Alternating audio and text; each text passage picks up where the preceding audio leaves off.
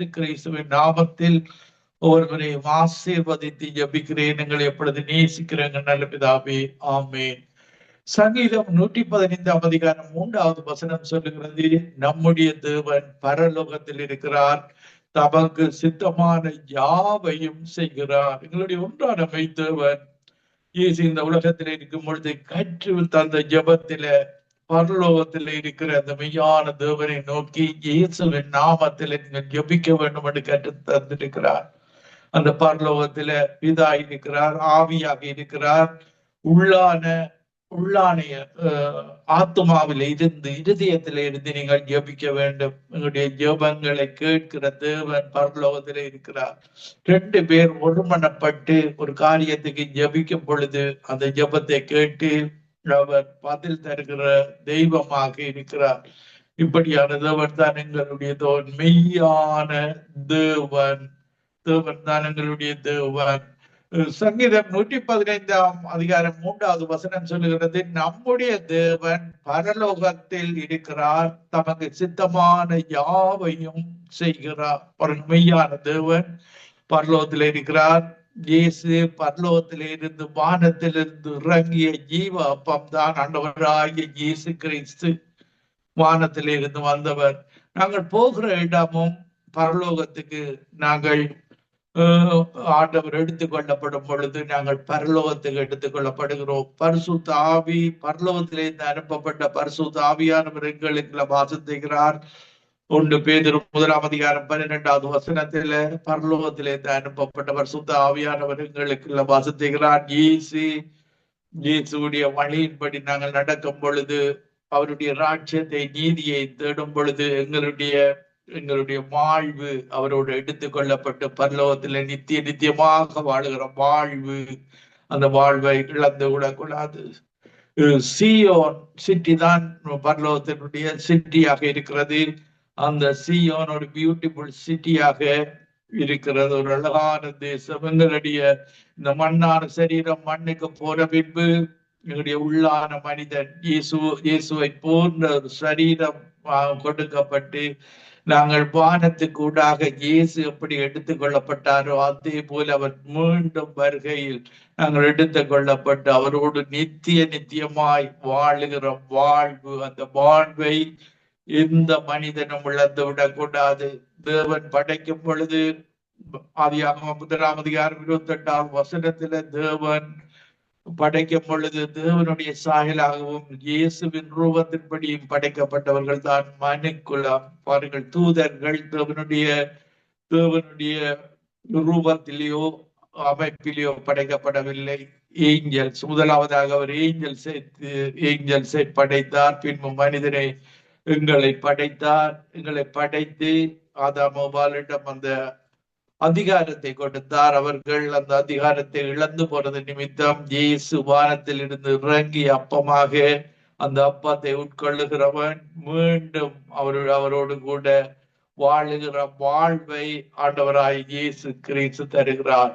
பாருங்கள், சங்கீதம் 115 அதிகாரம் 4வது வசனத்தில் இன்னைக்கு பல மனிதர்கள், பல மதங்கள், அவர்கள் செய்கிற காரியங்கள் இந்த வேதாகமத்தில் எழுதப்பட்டிருக்கிறது. சங்கீதம் 115 அதிகாரம் 4வது வசனத்தில் அவர்களுடைய விக்கிரகங்கள் வெள்ளியும் பொன்னும் மனுஷனுடைய கை வேலையுமாயிருக்கிறது. பாருங்கள், மனிதனை படைத்தவர் தேவனுடைய சாயலாக இயேசுவின் ரூபத்தின்படியும் படைக்கப்பட்ட மனிதன் ஒன்றான மெய்த்தவருக்கு செய்த ஒரே ஒரு பெரிய துரோகம், அந்த விக்கிரகங்களை ஒரு அழகான எங்களை போல இருக்கிற ஒரு உண்மையான தேவன் படைத்த மனிதன் விக்கிரகங்களை கைவேலையினால செய்து வணங்கி கொள்வது தேவன் இப்படியாக அந்த அழகான மெய்யான உயிருள்ள தேவனை ஒரு மண்ணாக கல்லாக படைக்கும் பொழுது அந்த தேவன் ஒரு எரிச்சல் உள்ளவராக மாறுகிறார்.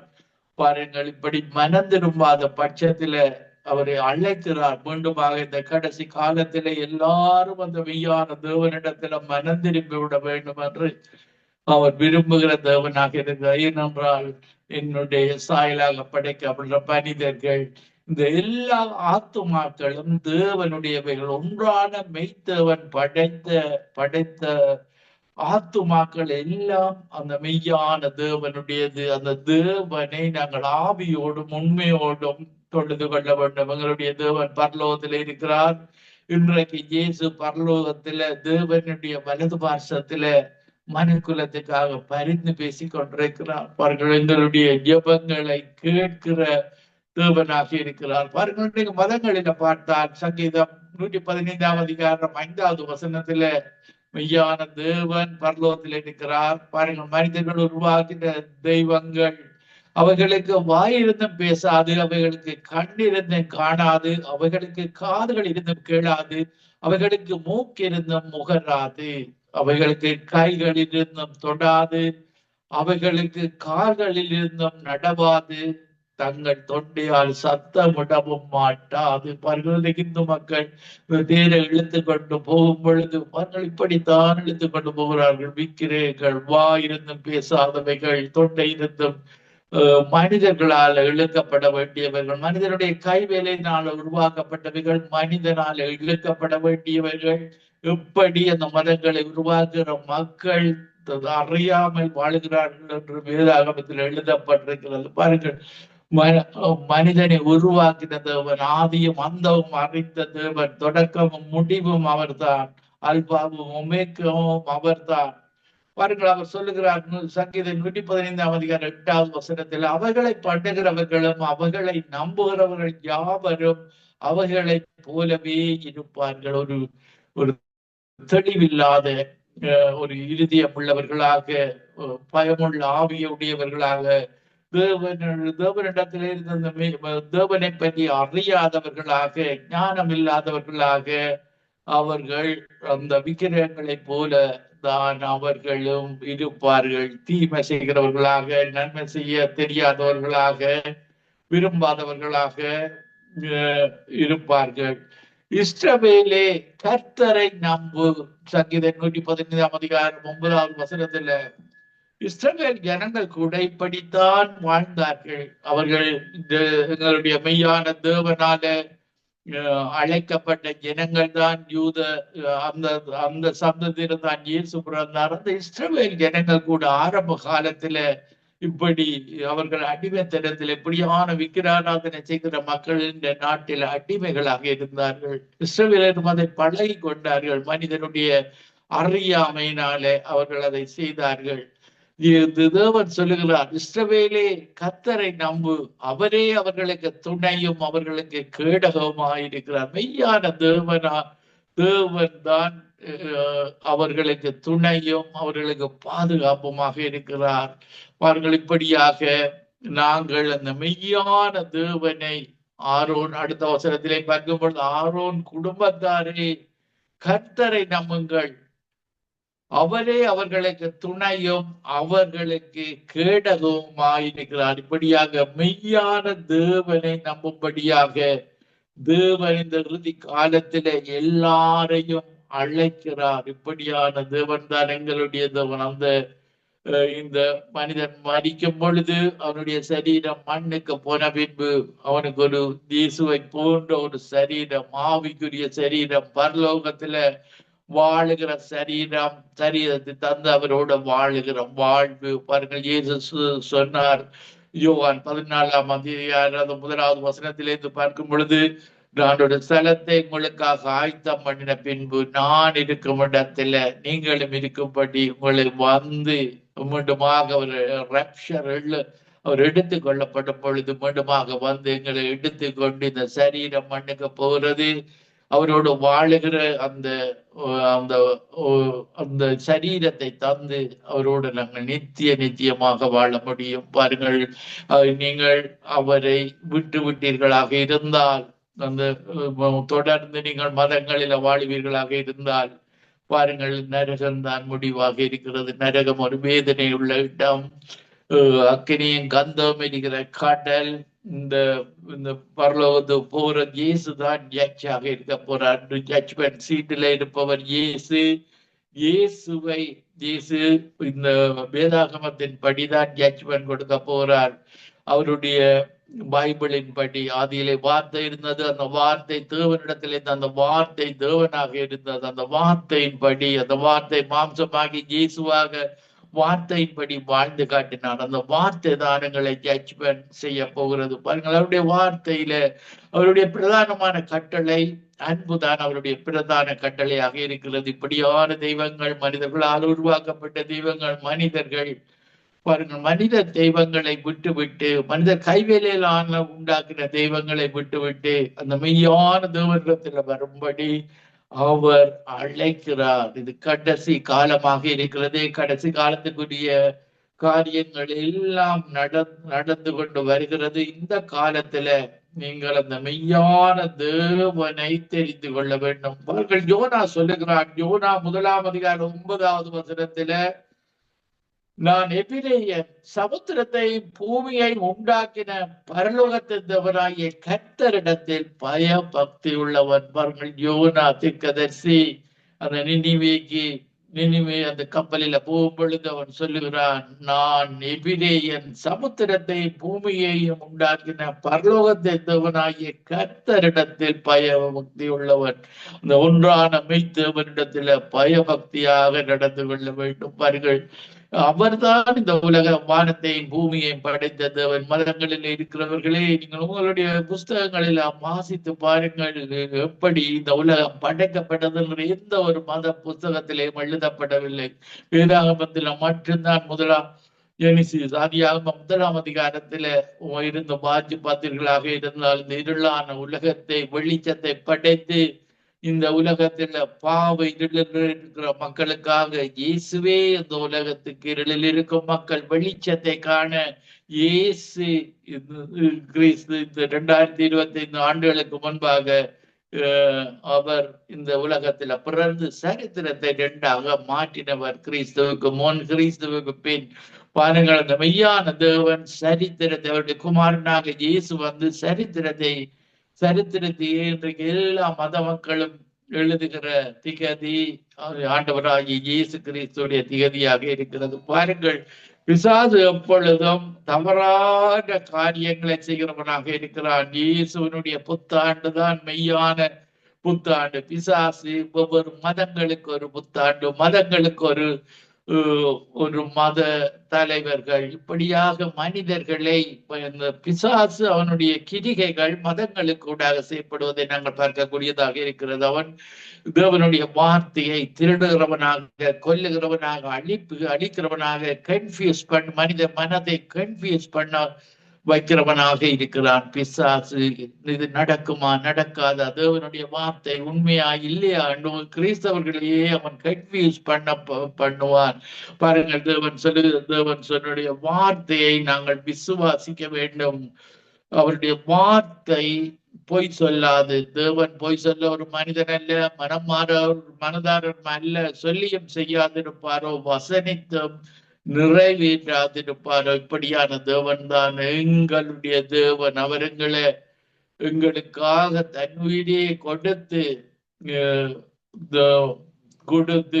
எங்களை தன்னுடைய வெளியேற பெற்ற ரத்தத்தினால மீட்டு கொண்டவர். பாருங்கள், ரத்தத்தை கொடுத்து வேண்டினவர். இன்றைக்கு இந்த உலகத்துல என்ன பொருளையும் பணத்தை கொடுத்து வேண்டிக் கொள்ளலாம். வெள்ளியை, பொன்னை அல்லது பணத்தை கொடுத்து நாங்கள் இதையும் வேண்டிக் கொள்ளலாம். இந்த உலகம் எல்லா பொருட்களும் அழிந்து போகிற பொருட்களாக இருக்கிறது. பாருங்கள், எங்களுடைய சரீரம் அழிந்து போகிற சரீரமாக இருக்கிறது. அதனால் இந்த ஆத்துமா அழியாதது. அது ஒன்று நீங்கள் தொடர்ந்து நீங்கள் மதங்களில பாவத்தில வாழ்வீர்களாக இருந்தால், இயேசு வருகைக்கு முன்பாக நீங்க மனம் திருப்பி விட்டால், இயேசு உங்களுடைய ஆத்துமாவை பரலோகத்தில வாழுகிற வாழ்வை, அந்த பியூட்டிஃபுல் சிட்டி, அந்த சிட்டியில நீங்கள் வாழ முடியும். இயேசு கிறிஸ்துவோடு வாழ முடியும். இந்த உலகத்திலே ஒரு 1000 வருட ஆட்சியில நாங்கள் இயேசு கிறிஸ்துவோட ஆட்சியில வாழ முடியும். பாருங்கள், இந்த உலகத்தில பாருங்கள் 1000 வருடம் இந்த உலகத்தில அத்தனை தீமைகளுக்கு காரணம் பிசாசாக இருக்கிறான். அவன் 1000 வருடம் கட்டப்படுவான். அப்பொழுது இயேசுனுடைய ஆட்சி இந்த தேசத்திலே, இந்த உலகத்திலே இருக்கும். அவரோடு கூட வாழுகிற வாழ்வு 1000 வருடங்கள் இந்த உலகத்துல நாங்கள் வாழ்ந்தாலும் ஒரு 80-100 வருடத்துக்குள்ளதான் வாழ முடியுமானால் 10 ஜெனரேஷனுக்கு மேலாக இயேசுவோட இந்த உலகத்திலேயும் பாருங்கள், ஓனாயும் ஆடும் ஒருமித்து வாழும் மிருகங்கள் கூட தீமை செய்யாமல் அன்பாக வாழுகிற அன்பின் ராட்சியமாக இந்த உலகத்துல நாங்கள் இயேசுவோடு கூட வாழ முடியும். 1000 வருடத்துக்கு பின்பு அந்த கட்டப்பட்ட பிசாசு மீண்டுமாக அவிட்டு விடப்படுவான். அப்பொழுது அவன் மீண்டுமாக வந்து தீமையை செய்வான். அதன் பின்பு ஃபைனல் ஜட்ஜ்மெண்ட் எங்களுடைய தேவன் தான் ஜட்ஜ்மெண்ட் கொடுக்கிறார். அந்த பிசாசு நரகத்தில பெர்மனண்டாக தள்ளப்படுவான். அதன் பின்பு நாங்கள் தேவனோடு கூட நித்தியமாக வாழ முடியும். எங்களுடைய தொடக்கத்தையும் முடிவையும் உருவாக்கினவர் தான். பாருங்கள், சூரியன் சந்திரனை படைத்தவர் தான் புதிய வானம் புதிய பூமியை உருவாக்குவார். பிசாசால எதுவுமே செய்ய முடியாது. நீங்கள் ஏமாற்றப்பட்டு இப்படியாக இறுதியாக நீங்கள் நரகத்தில் வாழுகிற வாழ்வை பிசாசை நம்பினால் நரகத்துக்கு போக வேண்டி வரும். பாருங்கள், கிறிஸ்தவர்கள் கூட இயேசுவை ஏற்றுக்கொண்டு அபிஷேகத்தை பெறும் பொழுது அவருடைய பெயர்கள் மறுபடியும் பிறக்க வேண்டும். இயேசுக்குள்ள பிறக்க வேண்டும். இயேசுடைய பரிசுத்த ஆவியானவர் எங்களை நிரப்பும் பொழுது நாங்கள் மறுபடியும் பிறக்கிறோம். தாயின் வயிற்றில இந்த சரீரத்தோடு பிறக்கிறோம். இந்த சரீரத்துலதான் பாவம் குடிகொண்டிருக்கிறது. கண்களின் இச்சை, மாம்சத்தின் இச்சை, ஜீவனத்தின் பெருமை, இவைகள் இந்த 3 தான் மனிதன் பாவம் செய்கிறான். இந்த பாவத்தை நாங்கள் மேற்கொள்ளுவது பரிசுத்த ஆவியானவருடைய அபிஷேகம். மறுபடியும் பிறக்கும் பொழுது பரலோகத்திலே இருந்து அனுப்பப்பட்ட பரிசுத்த ஆவியானவர் எங்களுக்குள்ள இருந்து பாவம் பிசாசுக்கூடாக வருகிறது. பிசாசுக்கு எதிர்த்து நில்லுங்கள், அவன் உங்களை விட்டு ஓடி போவான். நீங்கள் பாவத்தை அறியாத காலத்தில பாவம் இயேசு அறியாத காலத்துல பாவம் ஒரு அற்ப சந்தோஷத்தை தரும் உங்களுக்கு. ஆனால் அந்த அற்ப சந்தோஷத்துக்கு பின்பு நீங்கள் உங்களுடைய அந்த வேதனை உள்ள இதுதான் பாவம். பாருங்கள், அந்த பாவத்தை செய்யும் பொழுது உங்களுக்கு பண நஷ்டம் வரும். இன்னொரு மனிதனையோ ஒரு மனுஷியோ துன்பப்படுத்துகிறீர்கள். ஒரு சகோதரிகளாக ஆண்டவர் இந்த உலகத்துல இயேசுவின் குடும்பமாக வாழுகிற வாழ்வைத்தான் இயேசுவிடத்துல வரும் பொழுது நாங்கள் குடும்பமாக எங்களுடைய தலை இயேசு கிறிஸ்துவாக இருக்கிறார். நாங்கள் அவருடைய சரீரங்களாக ஒவ்வொருவரும் இயேசு கட்டளைகளை செய்கிறவர்களாக, அன்புள்ளவர்களாக. பிரதான கட்டளை அன்பு. தேவனை, ஒன்றானமை தேவனை முழு இதயத்தோடு, முழு ஆத்மாவோடு, முழு பலத்தோடு, முழு சித்தியோடு அன்பு செய்வது. பிறரை எந்த மத இனமாக இருந்தாலும் அந்த மனிதன் தேவனுடைய சாயலாக உருவாக்கப்பட்ட மனிதன் என்ற உணர்வோடு அவனை நேசிக்க வேண்டும். அதுதான் எங்களுடைய தேவனுடைய ஒன்றான கட்டளையாக இருக்கிறது. பிசாசு எப்பொழுதும் ஒரு செல்பிஷாக வாழும்படியாக தான் அவன் போதிப்பான். இயேசு மற்றவர்களுக்கு நன்மை செய்து வாழும்படியாக போதிக்கிறார். பாருங்கள், மத்தேயு 3:2 யோவான் ஸ்நானகன் இயேசுவுக்கு முன்பாக வந்தவன். பாருங்கள், மனம் திரும்புங்கள், பரலோக ராஜ்யம் சமீபத்திருக்கிறது என்று பிரசங்கம் பண்ணினான். மனம் திரும்ப வேண்டும். இப்படி அறியாமையில இருந்து, பாவத்தில இருந்து, இந்த சில வணக்கங்கள் இருந்து அந்த மெய்யான தேவனிடத்துல வந்து விட வேண்டும் என்று தேவன் விரும்புகிறார். மெய்யான தேவன் உங்களுக்கு பரலோக ராட்சியை தருகிற தேவன். இப்படியான தேவனிடத்துல வந்து விட வேண்டும் என்று இயேசு விரும்புகிறார். மனம் திரும்புங்கள், பரலோக ராட்சியம் சமீபத்திருக்கிறது. இயேசுவும் பாருங்கள், நாங்கள் மத்தேயு 4:17 இயேசுவும் அதே காரியத்தை செய்கிறார். பாருங்கள், இயேசு யோவான் ஸ்நானகன் இயேசுவுக்கு முன்பாக வந்தவன். பாருங்கள், அவனுடைய கட்டளை அப்படித்தான். அந்த மக்கள் அழிந்து போகக்கூடாது. இயேசுவை அறியாமல் அவர்கள் மரித்து விடக்கூடாது. மனம் திரும்ப வேண்டும். அவர்கள் அறியாது வாழ்கிறார்கள். அவர்கள் மனம் திரும்பி என்னிடத்துல வந்து அந்த மெய்யான தேவனிடத்திலே இருந்து வருகிற நன்மைகளை பெற்றுக் கொள்ள வேண்டும் என்று அவர்களை கற்றுத் தருகிறார். மத்தேயு 4:17 அது முதல் இயேசு மனம் திருப்புங்கள், பரலோக ராஜ்யம் சமீபித்திருக்கிறது என்று பிரசங்கம் தொடங்கினார். பாருங்கள், இவ்வளவு காலமும், ஏனென்றால் மக்கள் இன்னும் இன்னும் இயேசுவை அறிந்து கொள்ளவில்லை ஃபுல்லாக. அதற்காக எங்களுடைய இந்த கடைசி காலத்துல வாழுகிற எனக்கு உங்களுக்கும் உள்ள ஒரே ஒரு ஒரு வேலைதான் இருக்கிறது. இந்த சுவிசேஷ பூமியில் உள்ள சகல ஜாதிகளுக்கு பிரசங்கிக்கப்பட வேண்டும். அப்பொழுது அவர் முடிவு திகதி வைத்திருக்கிறார். எல்லா மக்களுக்கும் இங்கு வாழுகிற ஒவ்வொரு கிறிஸ்தவனும் சுவிசேஷத்தை அறிவித்திருக்க வேண்டும். அவர் வரும் பொழுது அது எங்கள் மேல் விழுந்த கடமையாக இருக்கிறது. அவர் அதிகாரத்தை இழந்த அதிகாரத்தை என்று எங்களிடத்துல தந்திருக்கிறார். அந்த அதிகாரத்தோடு போய் அவருடைய வார்த்தையை சொல்லும் பொழுது அந்த வார்த்தை அற்புதங்களை செய்கிறது, அதிசயங்களை செய்கிறது.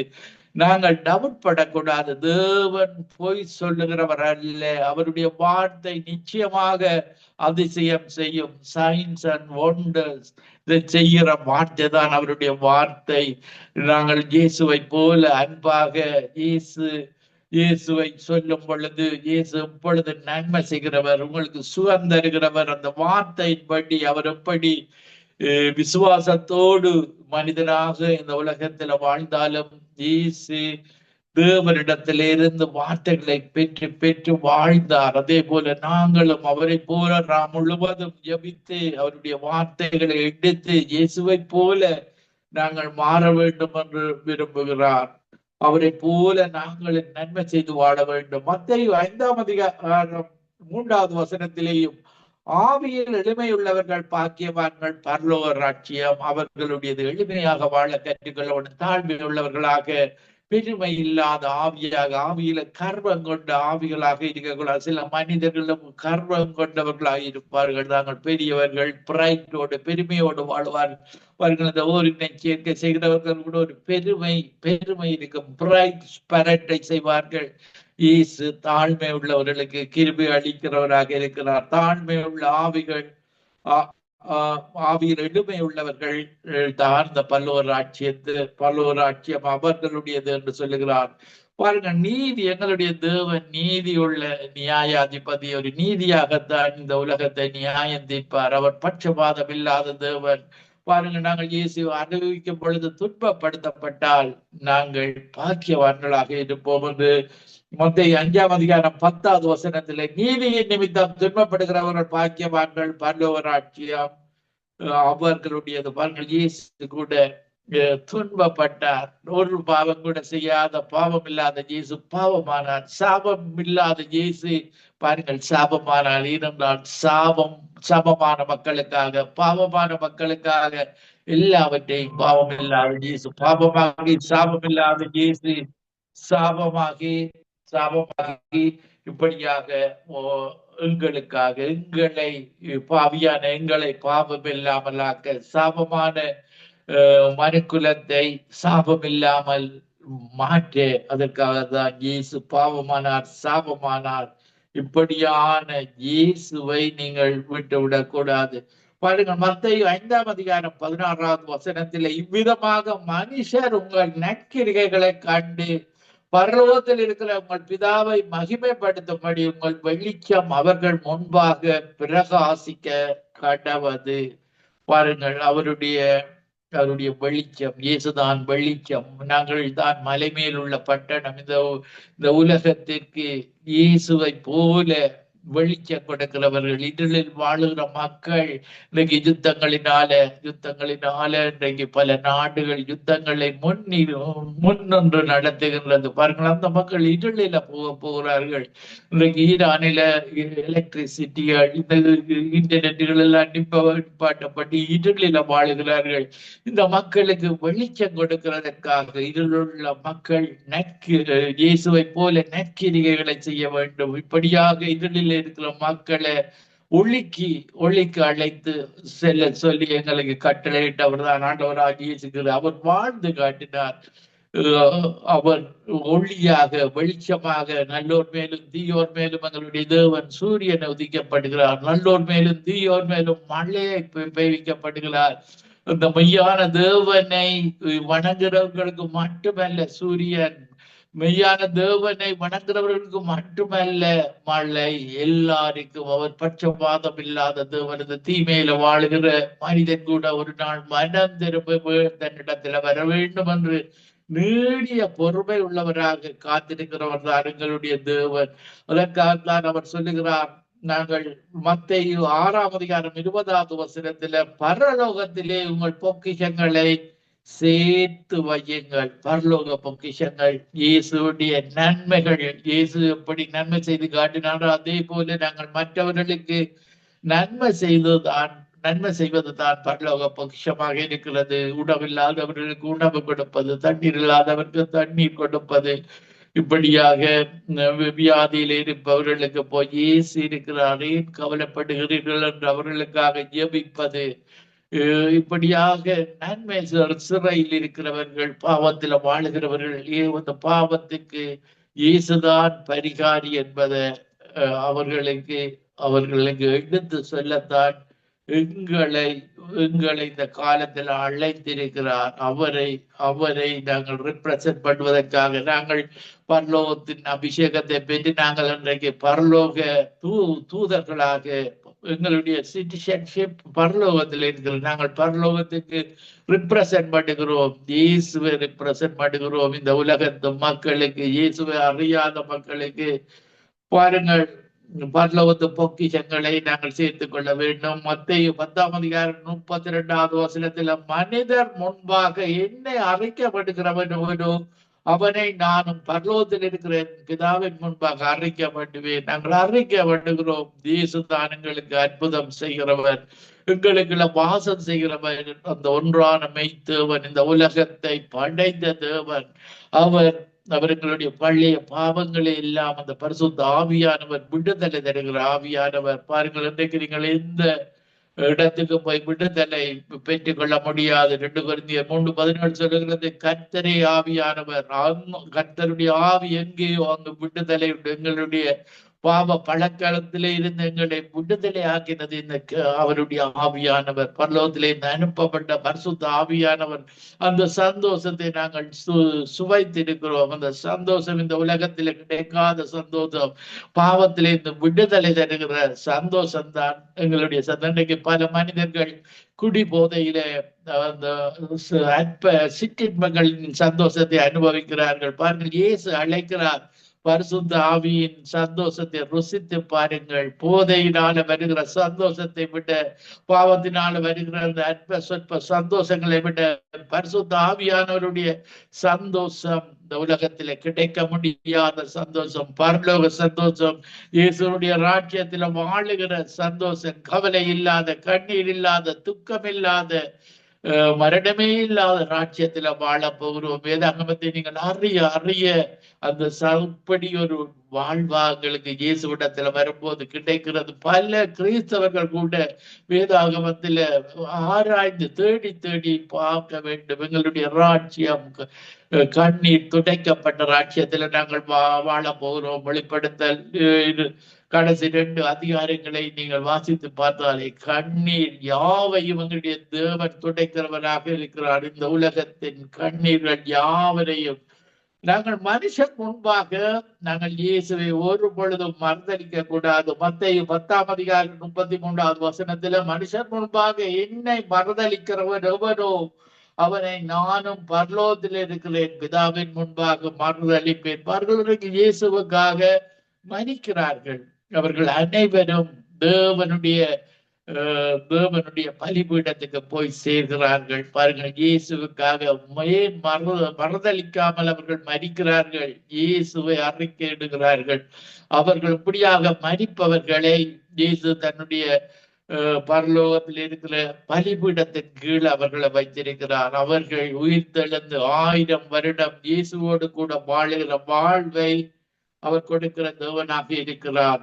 மத்தேயு 7:21 பரலோகத்தில் இருக்கிற என் பிதாவின் சித்தத்தைப்படி செய்கிறவனே பரலோக ராஜ்யத்தில் பிரவேசிப்பானே, அல்லாமல் என்னை நோக்கி கர்த்தாவே கர்த்தாவே என்று சொல்லுகிறவன் அதை பிரவேசிப்பதில்லை. கிறிஸ்தவர்கள் அவர்களுடைய சித்தம் இந்த சுவிசேஷம் அறிவிப்பது, இயேசுவை பிரசங்கிப்பது, இயேசுவை போல நற்கிரிகைகளை செய்து வாழும் பொழுது அவர் 5 விதமான ஊழியங்களில உங்களை வழி நடத்துகிறவராக இருக்கிறார். உங்களுக்கு எந்த ஊழியம் செய்வது என்பது தெரியாவிட்டால் இப்பொழுது சுவிசேஷத்தை அறிவிக்க கற்றுக்கொள்ள வேண்டும். அப்படியாக அறிவித்து வரும் பொழுது அவர் உங்களை அந்த அப்போஸ்தலராக, பிரீச்சராக, பாஸ்டராக, டீச்சராக, இவாஞ்சலிஸ்டாக, அப்படி 5 விதமான ஊழியங்கள் இருக்கு. அதுல ஒரு இடத்துல உங்களை வழி நடத்துவார்.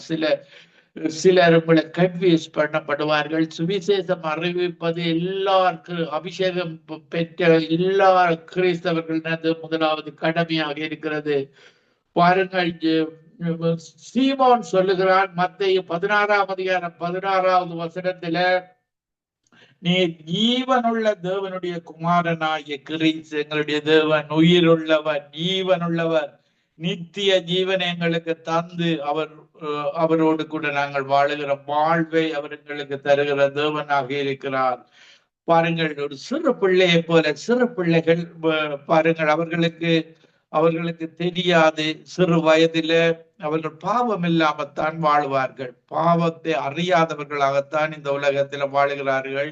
வளர்ந்து பெரிதவர்களாகும் பொழுது பாருங்கள், அவர்கள் அந்த பாவத்தை கற்றுக்கொள்கிறார்கள். அப்போ தேவனை, அந்த மெய்யான தேவனை, தகப்பனை நம்புவது போல, இந்த உலகத்து பிள்ளைகள் தங்களுடைய தகப்பனை நம்புவது போல நாங்களும் அந்த பிள்ளைகளை போல மாறிவிட வேண்டும் என்று தேவன் விரும்புகிறார்கள். அந்த மெய்யான தேவனை நாங்கள் முற்றாக நம்பிவிட வேண்டும். நாங்கள் மத்தேயு 18ஆம் அதிகாரம் 19வது வசனத்துல 2 பேர் தாங்கள் வேண்டிக் கொள்ளுகிற இந்த காரியத்தை குறித்தாகிலும் பூமியில் ஒருமனப்பட்டிருந்தால் பரலோகத்தில் இருக்கிற என் பிதாவினால் அது அவர்களுக்கு உண்டாகும். பாருங்கள், ஒரு ஹஸ்பண்டும் வைஃபும் ஒருமனப்பட்டிருக்க வேண்டும். பாருங்கள், அவருடைய மனம் ஒருமனப்படாவிட்டால் அவருடைய வாழ்வில் கொஞ்சம் கஷ்டங்கள் வரும், துன்பம் வரும். வேதாகமத்தின்படி அவர்கள் ஒருமனப்பட்டு ஜபிக்க வேண்டும். குடும்ப பிள்ளைகள் இணைந்து ஜபிக்க வேண்டும். அப்படி ஒருமனப்பட்டு அவர்கள் விண்ணப்பம் பண்ணும் பொழுது தேவன் 2 பேர் ஒருமனப்பட்டு கேட்கும் பொழுது அதை அவர் தேவன் கொடுக்கிறவராக இருக்கிறார்.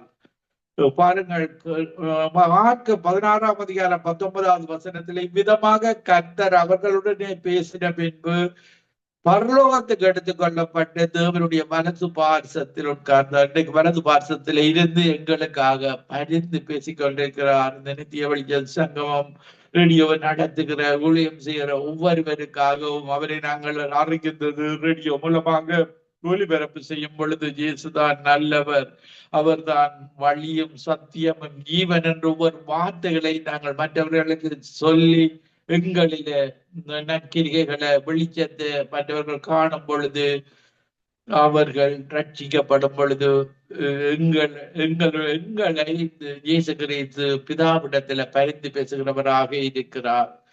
பாருங்கள், நாங்கள் பார்க்கும் பொழுது 2 கொரிந்தியர் 5ஆம் அதிகாரம் 1வது வசனத்திலேயும், பூமிக்குரிய கூடாரமாகிய நம்முடைய வீடு அழிந்து போனாலும் தேவனால் கட்டப்பட்ட கைவேலை அல்லாத நித்திய வீடு பரலோகத்தில் நமக்கு உண்டு. எங்களுக்கு ஒரு ஸ்தலத்தை ஆயத்தம் பண்ண பின்பு மீண்டும் எங்களை அழைத்து செல்கிற தேவனாக இருக்கிறார். பிலிப்பியர் 3ஆம் அதிகாரம் 20வது வசனத்திலேயும், நம்முடைய குடியிருப்போ பரலோகத்தில் இருக்கிறது, அங்கே இருந்து கர்த்தராகிய இயேசு கிறிஸ்து ரட்சகர் வர காத்து கொண்டிருக்கிறோம். பாருங்கள், அவர் எப்படி வானத்துக்கு எடுத்துக் கொள்ளப்பட்டாரோ. எபிரேயர் 4ஆம் அதிகாரம் 14வது வசனத்துல, வானங்கள் வழியாய் பரலோகத்துக்கு எடுத்துக் கொள்ளப்பட்ட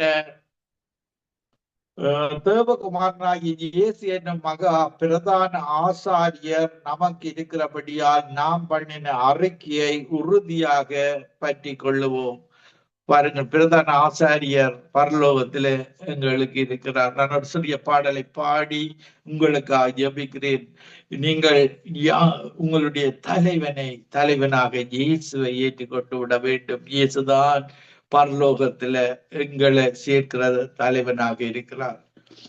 எனது தலைவன் இயேசுராஜன், மார்பில் சாய்ந்து சாய்ந்து மகிழ்ந்து மகிழ்ந்திருப்பே. இதய தீபம் எனது தெய்வம், இரக்கத்தின் சிகரம். பார்த்து பார்த்தே ரசித்து ருசித்தே பரவசம் அடைவேன் நான், பரவசம் அடைவேன்.